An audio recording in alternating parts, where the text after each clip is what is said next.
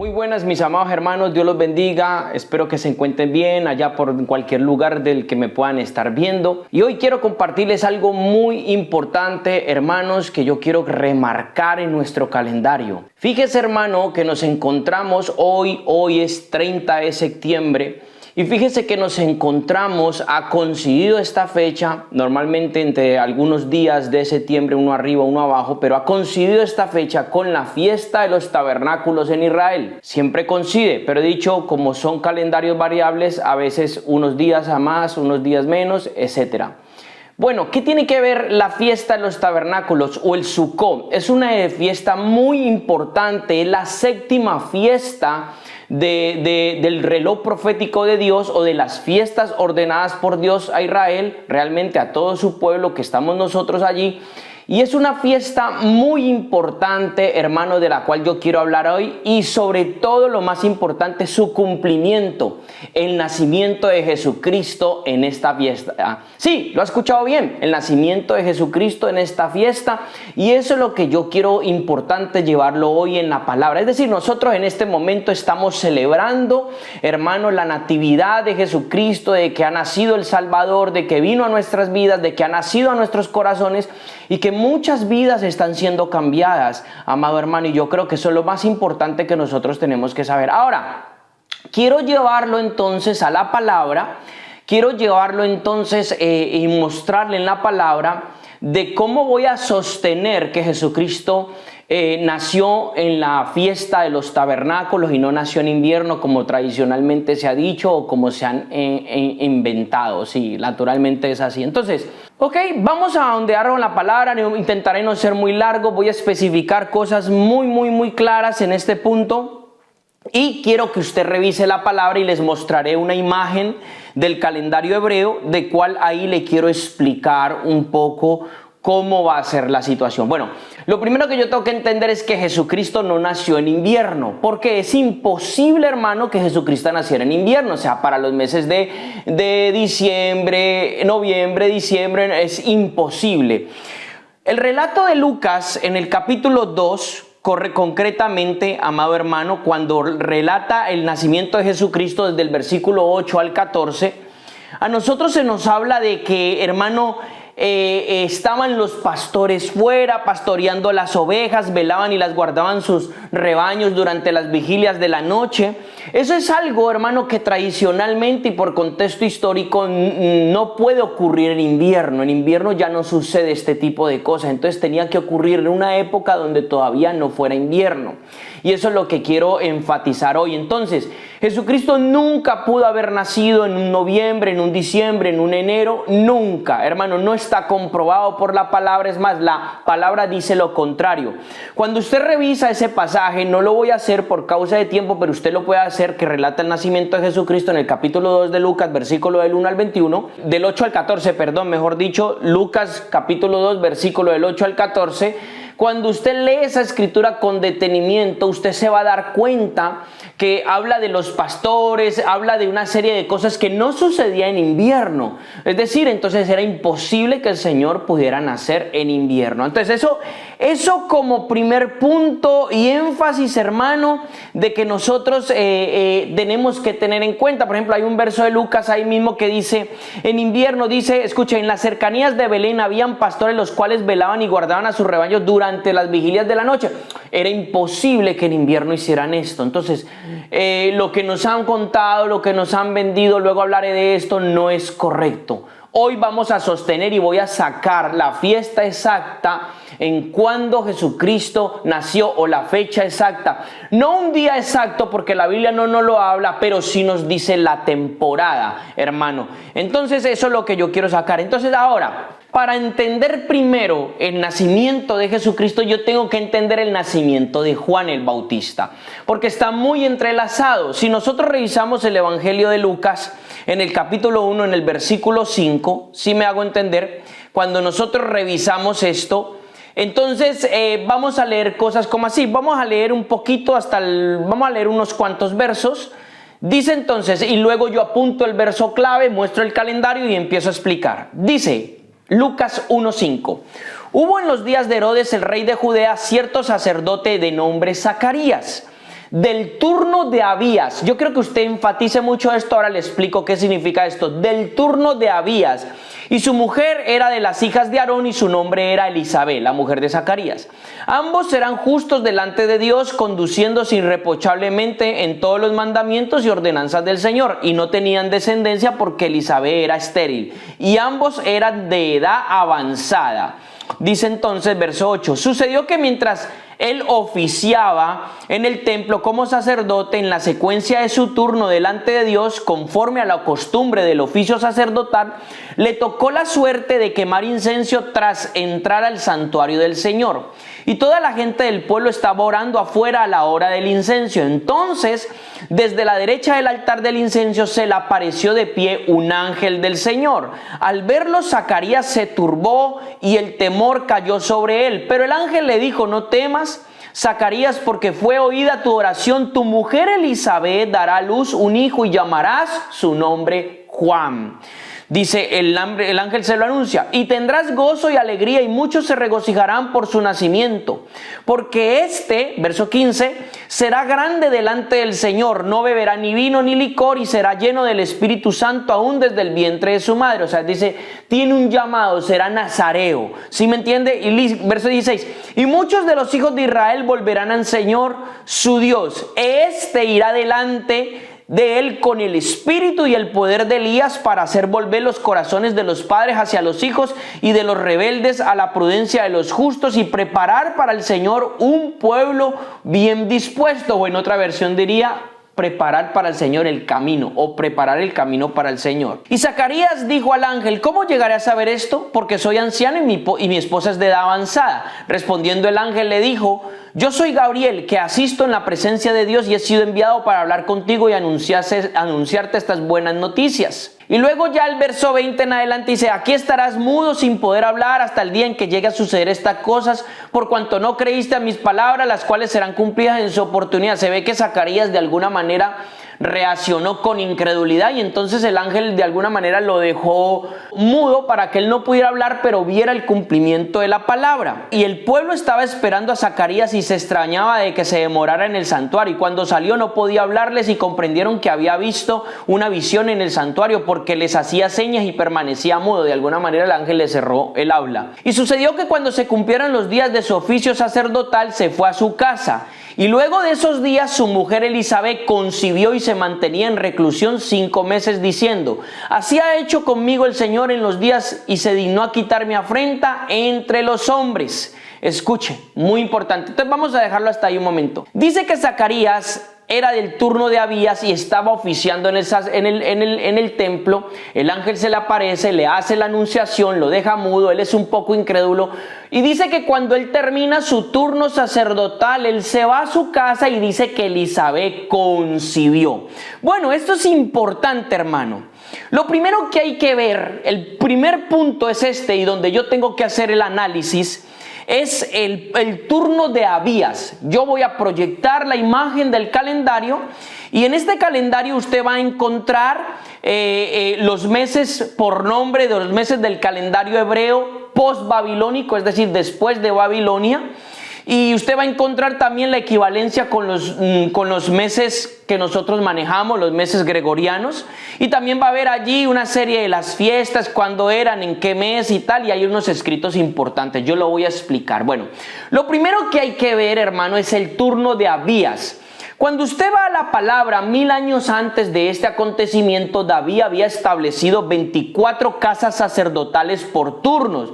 Hermano, ¿dónde se encuentra eso? Eso está en Primera de Crónicas, capítulo 24. Usted va a encontrar que David establece, vamos a leer desde el versículo 7.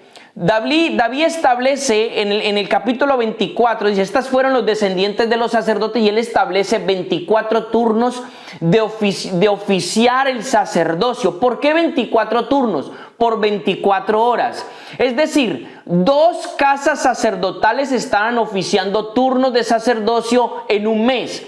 En un mes son 12 meses, en un mes estaban oficiando 2 casas sacerdotales, 12 horas unas y 12 horas la otra, y cuando les tocara, ¿ok? En el oficio sacerdotal había muchas cosas que hacer, aparte de las ofrendas hacia Dios y todo este tipo de cosas. Entonces, en el capítulo 24, David las establece por turno. Usted va a leer desde el versículo 7 y dice, el primer turno, la primera suerte le tocó a Joarí, el segundo a Jedaías. Listo, ya van 2. El tercero a Harín y el cuarto a Seorín. El quinto a Malquías y el sexto a Mijanín. El séptimo a Cos y el octavo a Abías. Es decir, el turno de Abías era el octavo. Es decir, el octavo, como estamos hablando de que 2 casas van por un mes, ¿sí me entiende? Va en par, número par.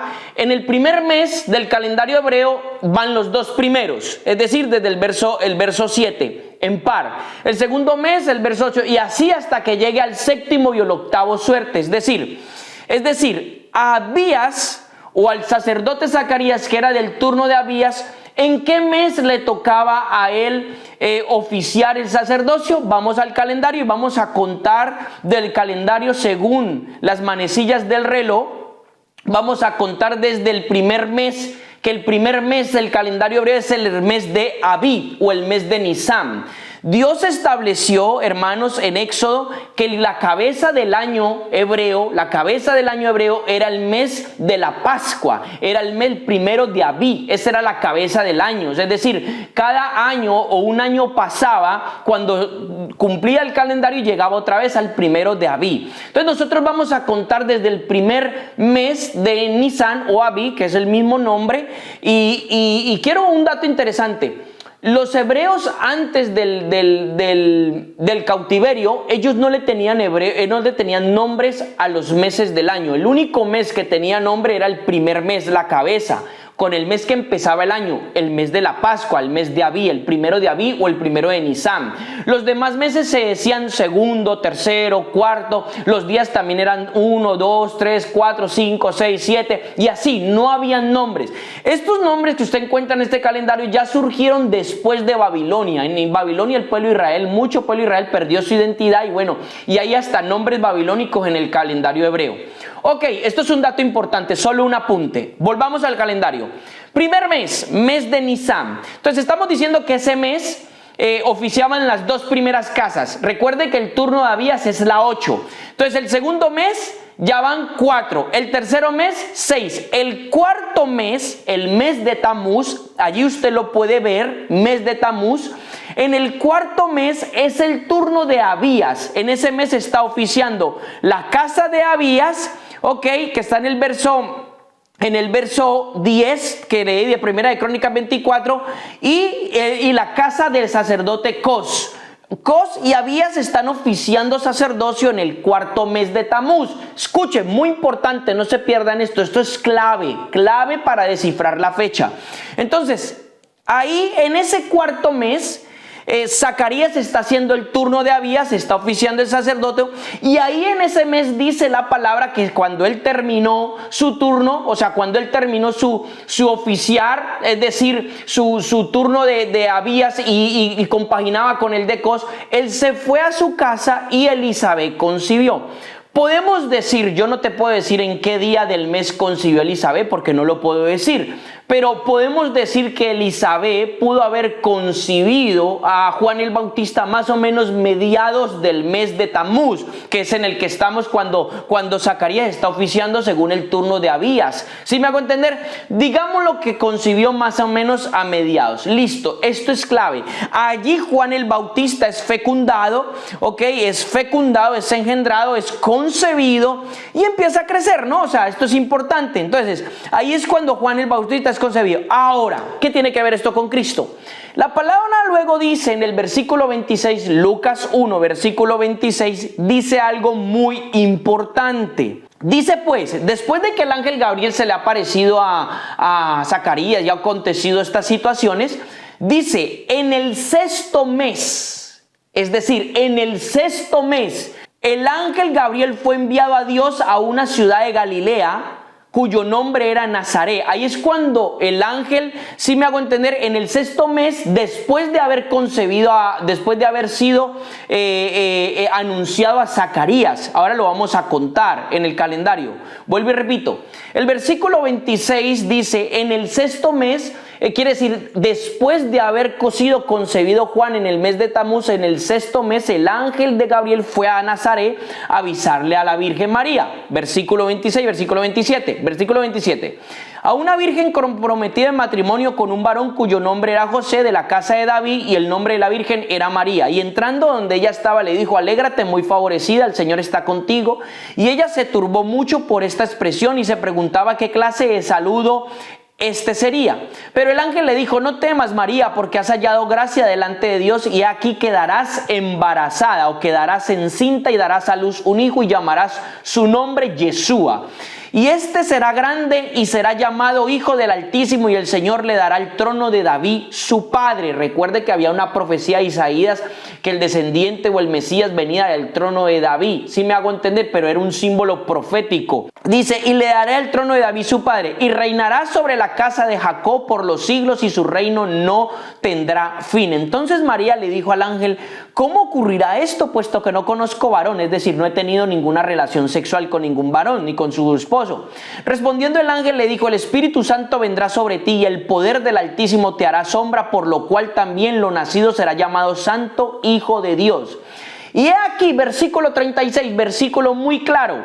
Y he aquí tu parienta Elizabeth, aún ella ha concebido un hijo en su vejez, y este mismo momento es el sexto mes, para la que se le llamaba estéril, porque para Dios no hay nada imposible. Entonces María dijo, he aquí la esclava del Señor, hágase conmigo conforme a tu palabra, y el ángel se retiró de ella. O sea, fíjese qué importantísimo, hermano, cuando Yeshua es engendrado en el vientre de María por el poder del Espíritu Santo, estamos hablando de que es el sexto mes de embarazo de Elizabeth, su prima, que era su prima. Es decir, Juan tenía 6 meses en la barriga de Elizabeth. Mire qué interesante. Entonces vamos al calendario. Mes de Tamuz, mes donde se engendró Juan el Bautista. Contamos 6 meses, 1, 2, 3, 4, 5, 6. Eso nos da el mes de Tevet.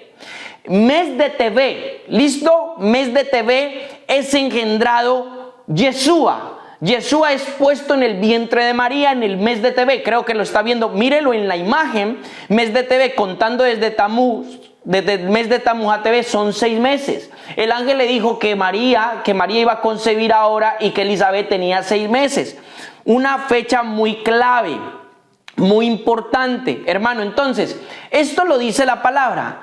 Entonces, Juan el Bautista era mayor que Cristo 6 meses. Ahora, la palabra dice, escuche, la palabra dice que Juan el Bautista nace en el mes de Nisán, porque la profecía decía que él venía en el espíritu de Elías, y entonces Juan nace en el mes de Nisán. Contando en el calendario 9 meses, podemos contar desde Tamuz, 9 meses da Nisán, ¿ok? 6, 7, 8 y 9. Juan nace en el mes de Nisán, en la cabeza del mes. ¿Listo? Mes de Nisán o mes de Abí. Ahí nace Juan el Bautista.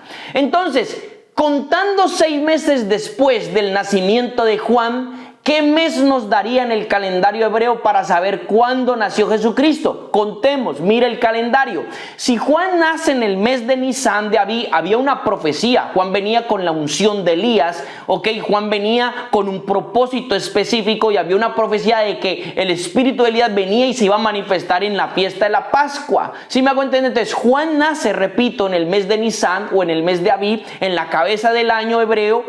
Entonces dice que Juan era mayor que Jesucristo 6 meses. ¿Sí me hago entender? Entonces, para cuando Juan nace, Jesucristo tiene 3 meses de embarazo. ¿Me hago entender? Es muy importante. Juan nace en Nisán, Jesucristo tiene 3 meses de embarazo. Contémosle 6 meses más.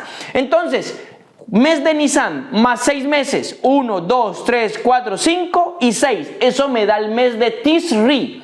Séptimo mes del año, último mes de las fiestas, mes séptimo que habla de la complejidad y lo completo de Dios, y último mes de las fiestas ordenadas proféticamente de Dios. Es decir, En el mes de Tisri están las fiestas de las trompetas al principio del mes y después de mediados del mes para adelante viene la fiesta de los tabernáculos, Sukkot. Entonces, ¿cuándo pudo haber nacido Jesucristo realmente como cumplimiento profético de la fiesta de los tabernáculos? En la misma fiesta de los tabernáculos. Obviamente la Biblia no nos dice nació el día veintitanto del mes, nació el día número tanto del mes, pero nos da la pista muy clara, según se lo he estado relatando, de cuándo Jesucristo nació. Por eso dice la escritura, hermano, y esta escritura es muy reveladora y muy importante en Juan capítulo 1 versículo 14, y dice que uno de los nombres de Cristo es Emanuel. Pero por eso dice la escritura así, Juan capítulo 1 versículo 14, y el verbo o el logo se hizo carne y tabernaculizó, dice la versión textual, hermano. La versión textual dice tabernaculizó.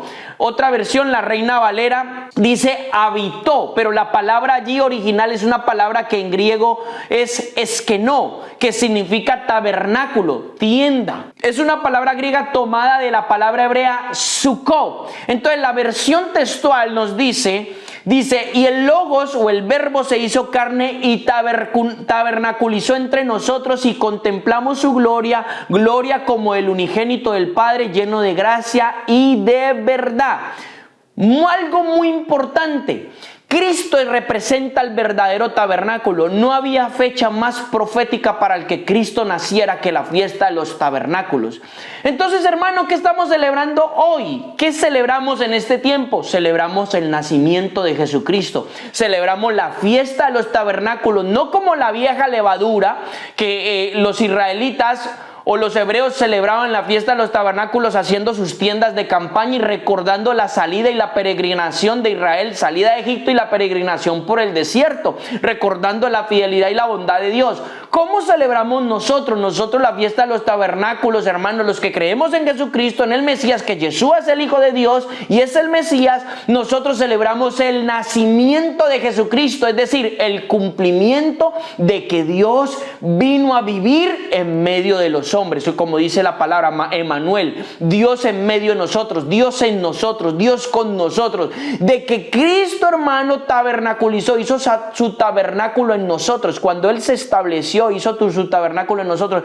Por eso nosotros, la iglesia, somos la casa de Dios, el tabernáculo de Dios, el templo de Dios. Y digo nosotros, la iglesia, los creyentes, no estoy hablando de las cuatro paredes, ojo aquí, quitados esos paradigmas. Nosotros somos el tabernáculo de Dios y Cristo es el verdadero tabernáculo celestial. Entonces, Cristo nació, hermano, en la fiesta de los tabernáculos.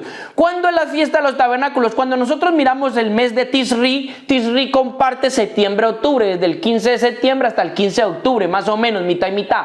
¿Qué día más o menos pudo haber nacido Jesucristo? Jesucristo pudo haber nacido los primeros días de la fiesta de los tabernáculos. Es decir, hoy, 30 de septiembre, calendario gregoriano 2023, me hago entender, cae equivalente al calendario hebreo Sukkot, la fiesta de los tabernáculos. Empieza la fiesta de los tabernáculos, mes séptimo. Jesucristo seguro nació en esta fecha, mi amado hermano. Y eso es una revelación que la iglesia tiene que entender y la iglesia tiene que participar. Entonces algunos dirán, bueno, ¿y qué pasó entonces con el 25 de diciembre, el 24 de diciembre y la Navidad y toda esa parafernalia?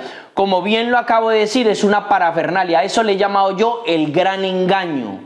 Nunca Jesucristo pudo haber nacido un 24 o un 25 de diciembre. Es más, le voy a decir de dónde sale eso. Eso sale de un emperador romano en el siglo IV, 3 o 4 después de Cristo, que se llamó Constantino. Constantino se quiso convertir al cristianismo, pero al final nunca su conversión fue genuina. Usted entienda que los romanos tenían muchos dioses, entre ellos eso era el dios Sol. Ellos adoraban al sol en el solsticio de invierno. ¿Cuándo es el solsticio de invierno? 25 de diciembre. Entonces, ¿qué hizo Constantino? Constantino mezcló, sincretizó el cristianismo con sus creencias romanas. De ahí nació todo lo que es la Navidad o lo que es el gran engaño. Nos han engañado por muchos años, toda esta gente, ha engañado a la gente y la ha hecho creer que es esa fecha, pero no es esa fecha. Es más, es una enmascaración o una máscara del verdadero acontecimiento que sucede en esa fecha, que los romanos, hermano, adoran y adoraban en aquella época. El dios sol, el nacimiento del sol, la renovación del sol. Entonces ahí hay un enmascaramiento. Obviamente hay una fuerza maligna oculta que intenta ocultar la verdad de Dios. Entonces eso es el gran engaño. La pregunta que yo tengo que hacerme como hijo de Dios: si yo soy un hijo de Dios y voy a dejar que la palabra quite las vendas de mi ignorancia, quite los engaños, ¿estoy yo dispuesto a vivir en un engaño? Ya está, esto es algo que cada uno nos lo tenemos que plantear en nuestro corazón. Después de que usted conoce la verdad, hermano, y la verdad se supone que lo tiene que hacer libre, ¿está dispuesto a autoengañarse? ¿Está dispuesto a vivir, hermano, en un engaño y acelerar algo que nunca ocurrió en aquella época? Bueno, eso se lo dejo a su conciencia y se lo dejo a la decisión de su corazón. Pero a lo que a nosotros nos importa es que en este tiempo la iglesia ha tenido un llamado muy importante. Hay muchos hermanos en muchas naciones que esto que estoy hablando lo han entendido y nos hemos sumado, hermano, a celebrar, a darle un golpe a las tinieblas, a quitar todo velo de incredulidad, todo velo de engaño y a soltar la verdad y la luz. Nos hemos unido como iglesia a creer que en este tiempo podemos decir: feliz natividad de Yeshua en tu corazón y en tu vida, y nos regocijamos porque hace más de 2000 años el Señor trajo algo a nuestras vidas que cambió para siempre todas las edades de la tierra por la eternidad. Jesucristo el Mesías, Yeshua HaMashiach, ha nacido en nosotros y ha nacido en nuestros corazones, y en muchos de nosotros, hermano, ha cambiado nuestras vidas de las tinieblas a la luz. Así que, mi amado hermano, espero que te haya gustado este video. Sigue investigando. La palabra de Dios es luz y lumbrera a tu camino. No te olvides, hermano, deséale una feliz natividad. Involucra a tu familia. Lleva luz a tu familia. Lleva luz a tu hermandad. Lleva luz a tu comunidad. Dios te bendiga. Nos vemos en la próxima. Chao, chao.